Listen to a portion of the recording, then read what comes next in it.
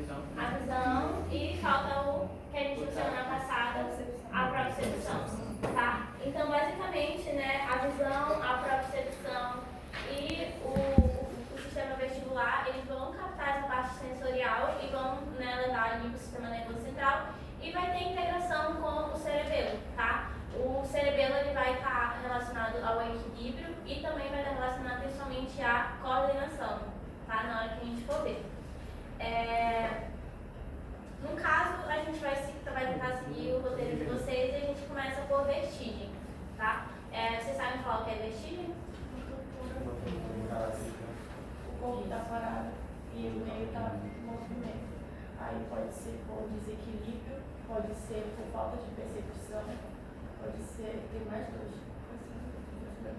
A pessoa pode ter a percepção que o corpo dela está girando no ambiente ou o ambiente está girando no corpo dela. Instabilidade, desequilíbrio e falta de percepção.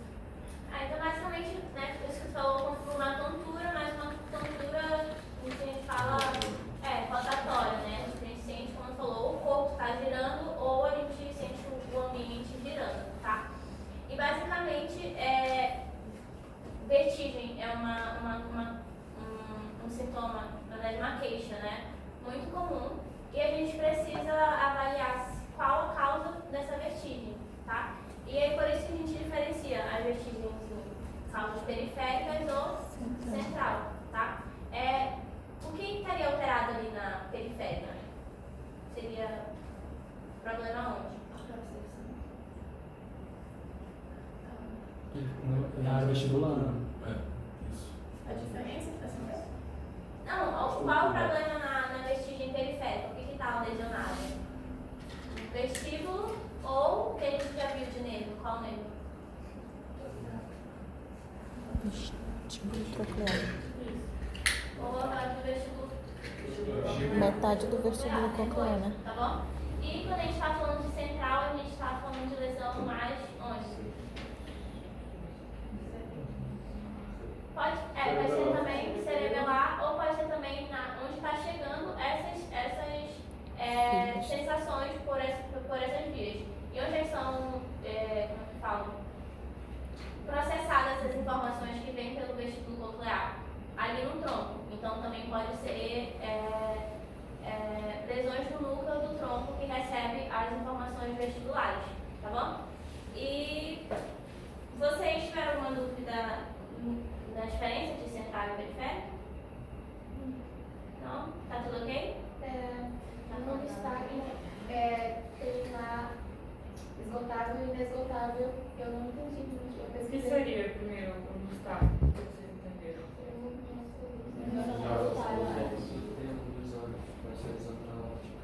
Isso, e são rítmicos, né?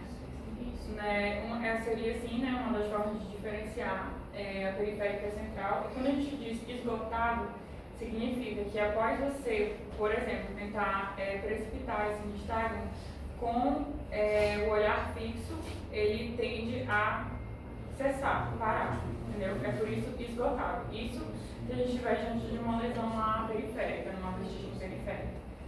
Se você está diante de uma lesão central, né, está com uma vestígio central, ele tende a não ser esgotado, ou seja, você vai lá tentar induzir com o paciente esse nistagmo e ele não vai parar, mesmo que você fique ali alguns segundos esperando que isso aconteça, entendeu?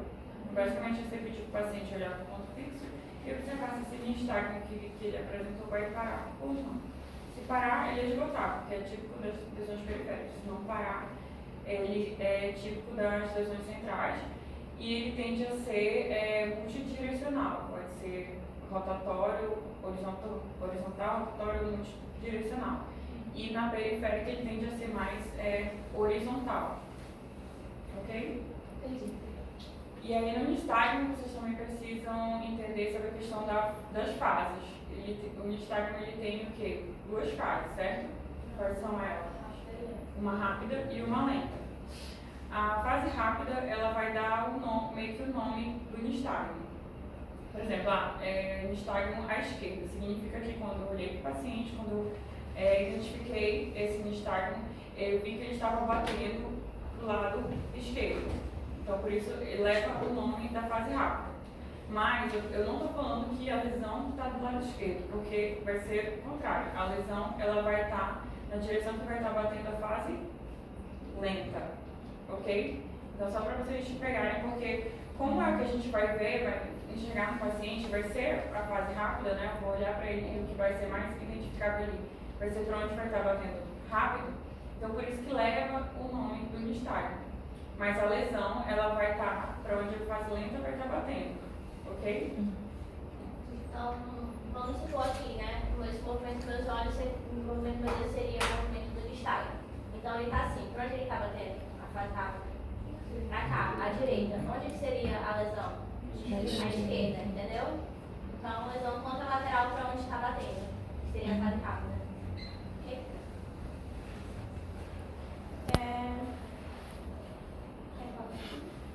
Eu sempre falando nos canais semicirculares, assim, não chegaram a ver isso, né?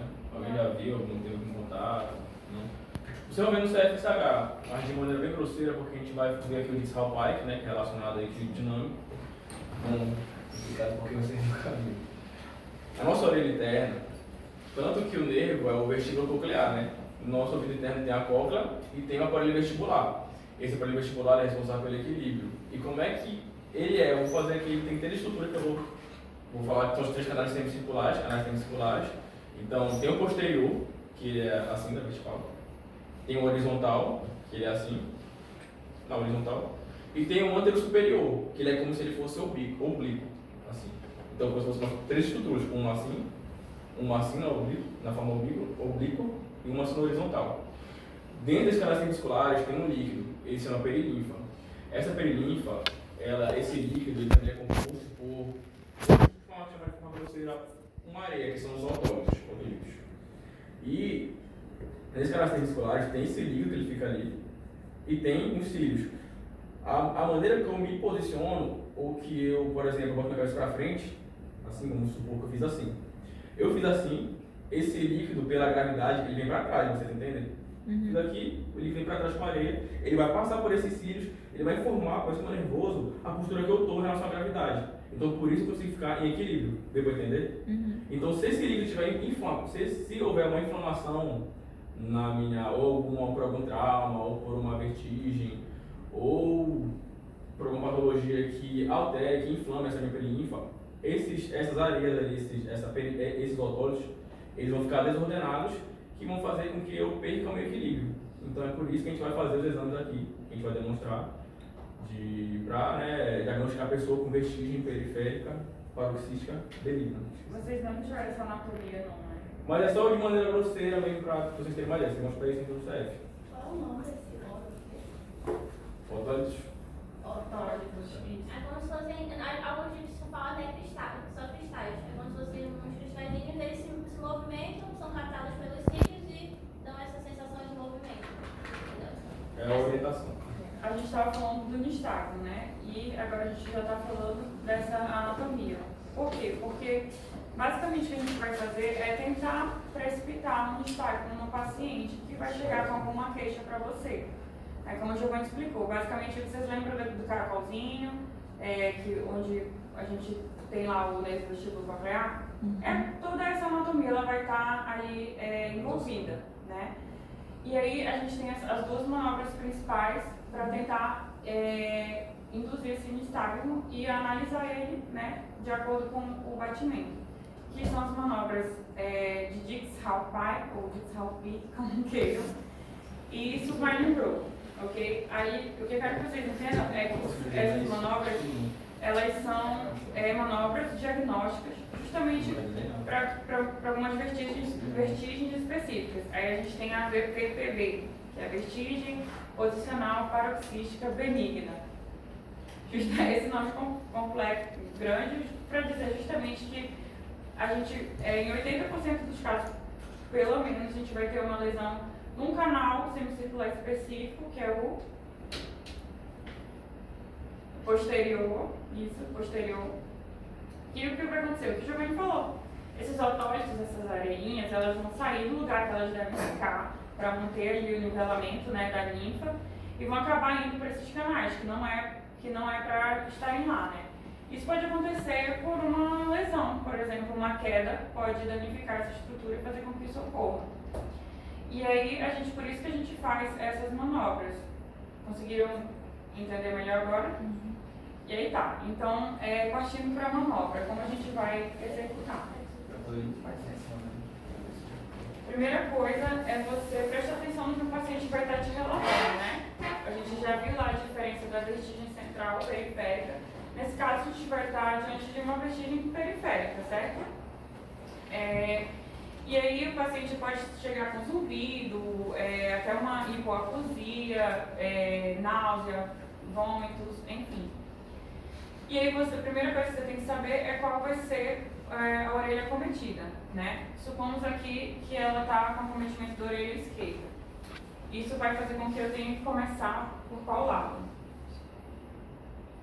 O da orelha esquerda ou o lado sadio? O lado acometido. Não, aqui a gente vai começar pelo lado sadio, como também na maioria dos outros exames, porque a gente primeiro tem que ver se realmente o lado está sadio para comparar com o outro, entendeu? E nesse caso, o nistagmo, a interpretação também vai ficar mais fácil, vocês vão entender já já. Mas a gente sempre vai começar do lado que não tem queixa, do lado sadio do paciente, ok? Então, se ela chega no consultório com queixa do lado esquerdo, eu vou ter que começar analisando o lado direito dela, ok? E aí, ela já se posicionou aqui. A ficha é boa. Pedir para o paciente estender as pernas na maca, aí você vai falar na linguagem dele e tal, para que o tronco ele fique numa distância em que, quando você deitar o paciente, a cabeça dele consiga ficar pendurada. Entenderam por quê? Na descrição, vocês devem ter lido lá. Vai pegar a cabeça do paciente, vai começar pelo lado sadio, 45 graus. 45 graus é basicamente pedir para o paciente olhar para você. Aqui é extremamente importante, você não pode perder o olhar do paciente, afinal, vai tentar enxergar um nistagmo, um movimento relativamente sutil, e você vai ter que saber qual lado ele vai estar batendo. Então, não perder o olhar do paciente, explicar bem para ele o que você vai fazer. E o paciente também vai estar cheio de sintomas, vai estar se sentindo mal, vai estar com tontura. A percepção dele vai estar completamente alterada. Então, é ideal que você, se for um paciente talvez não tão colaborativo, você pode, ao mesmo tempo que você segura aqui no rosto dele, você pode pedir para ele se apoiar no seu braço, né? Aí ele vai se apoiar, não vai ficar com tanto medo, e você ao mesmo tempo vai conseguir sentir quando o pescoço dele for ficar pendurado. Aqui está os 45 graus, o paciente vai estar olhando para você, e você vai deitar ele de forma rápida, um pouco brusca, mas de forma que você não machuque o paciente e que o pescoço dele vai ficar pendurado mais 30 graus nessa descida, ok? Lembrando que quando eu descer ela aqui, o pescoço dela ficar pendurado, eu vou estar analisando a orelha que vai estar mais próxima ao solo, que é o que vocês devem ter como a orelha mais inferior, que no caso aqui está sendo a direita, que seria a do lado sadio, ok? E aí a gente vem e desce e deixa o pescoço pendurado e ela vai ficar olhando para você. Você vai falar antes para ela não desviar o olhar. Aí aqui a gente teria que esperar alguns segundos, até 40 segundos, para ver se esse nistagmo vai aparecer. Entenderam? Tá tudo ok até aqui? E aí, digamos que o nistagmo aparece. Se ela tá com a queixa aqui do lado esquerdo, esse nistagmo ele vai bater mais rápido para qual lado? Direito. Vocês lembraram que é contra lateral. Se está batendo mais rápido do lado direito, que é a orelha que eu estou trabalhando embaixo, significa que o lento está batendo do lado da lesão, que é o lado que ela tua queixa. Entenderam? Aí tá. Realizamos de salvar, aí depois eu faço do outro lado para confirmar. Certo? Aqui a gente usou basicamente só os sintomas do paciente e a gente começa sempre do lado sadio. Eu basicamente já me confirmou, só que aí eu faço do outro lado também, só para ter certeza, ok? E aí a gente parte para a próxima manobra. Aí no caso eu vou descer ela do lado direito, levantar e descer de novo, ou vou só... Você Vai de novo. Isso. Levanta de novo. E lembre de fazer isso no ótimo. Ainda que não precise fazer 2 vezes, mas vocês pelo menos falar, precisa fazer dos 2 lados. Para não perder ponto. Porque inclusive no meu acho que eu perdi ponto por isso. Eu fiz só de um lado e não falei que ia fazer do outro. Para vocês se atentarem a isso. Tá. E a próxima manobra é a de supine rope, né? Que o paciente já vai estar deitado normalmente na maca, a cabeça não vai estar pendurada. E aqui a gente vai estar avaliando um canal semicircular específico também, que seria o lateral, né? Aí você vai ficar sempre aqui, atrás da cabeça do paciente, e é aquela mesma coisa, precisa estar olhando para você ver, tentar, né, enxergar esse nichado. Aí você vai segurar na lateral, aqui dá um pouco de medo, mas tem que ser um pouco mais brusco assim e rápido. Aí você vai girar a cabeça dela pro lado. Você vai girar rapidamente. Pede para ela continuar olhando para Isso. você. Aí ela duvidar que ela, né, permanece com a olhada. Aí antes de ir pro outro lado, é interessante que vocês vão ter que voltar a cabeça para a posição original, tá? Não fazer tipo pá, pá. Fez de um lado, voltou, aí depois faz do outro. Então,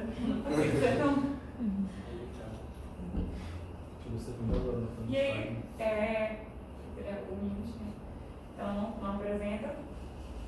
E aí vocês analisam, né, se vai bater e tal, qual o lado. E aqui já lembrar que a gente está avaliando o canal semicircular lateral. É menos comum, mas a gente avalia também. E é basicamente isso, é bem tranquilo de fazer. Eu preciso fazer os 2 ou um é substituto do outro? Não, tem que fazer os dois. Tu disse de salvar, Sim. fazer os dois porque são anatomias diferentes, entendeu? Aí ela pode, por exemplo, ela pode ter os otólitos lá só no posterior, que é a maioria dos casos. Mas ela pode ter no lateral também. Aí você já vai pegar saber onde está exatamente, porque, como eu falei para vocês, é uma manobra diagnóstica. E para reverter o quadro, a gente tem uma outra manobra, que é a manobra de Flay. Não sei se vocês já chegaram a ver isso. Só mais uma pergunta. Qual que é o lateral? Para fazer a avaliação lateral? O supine roll, que é esse que eu acabei de fazer, canal semicircular lateral. Pensa assim, que tu tem 3 canais semicirculares. Sim. Nesses 3 tem a penelinha, falar que eu expliquei. Aqui é horizontal, certo? O canal semicircular. Então, girando aqui, ó, já está analisando os otólitos desse canal, que é o aqui horizontal.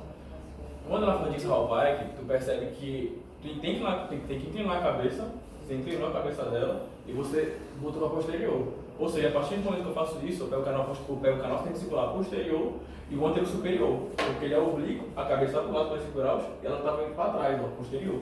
Então você aborda os 2 canais semicirculares aí, posterior e o anterior superior. Isso na Distal Pike. Faltou analisar o que eu não peguei nessa manobra? O horizontal. É por isso que eu vou spine roll. Dessa forma você vai analisar todos os canais semicirculares e ver se está tudo ok ou se os otólitos estão em desordem para aí poder dar o diagnóstico para a pessoa.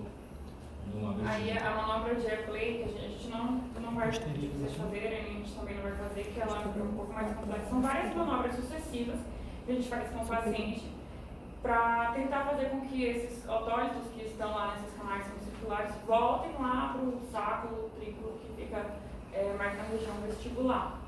Entendeu? Mesmo uma questão anatômica.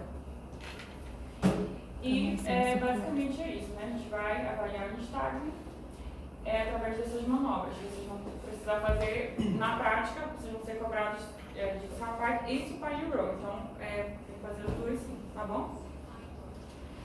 Então, a gente já pode passar para nível.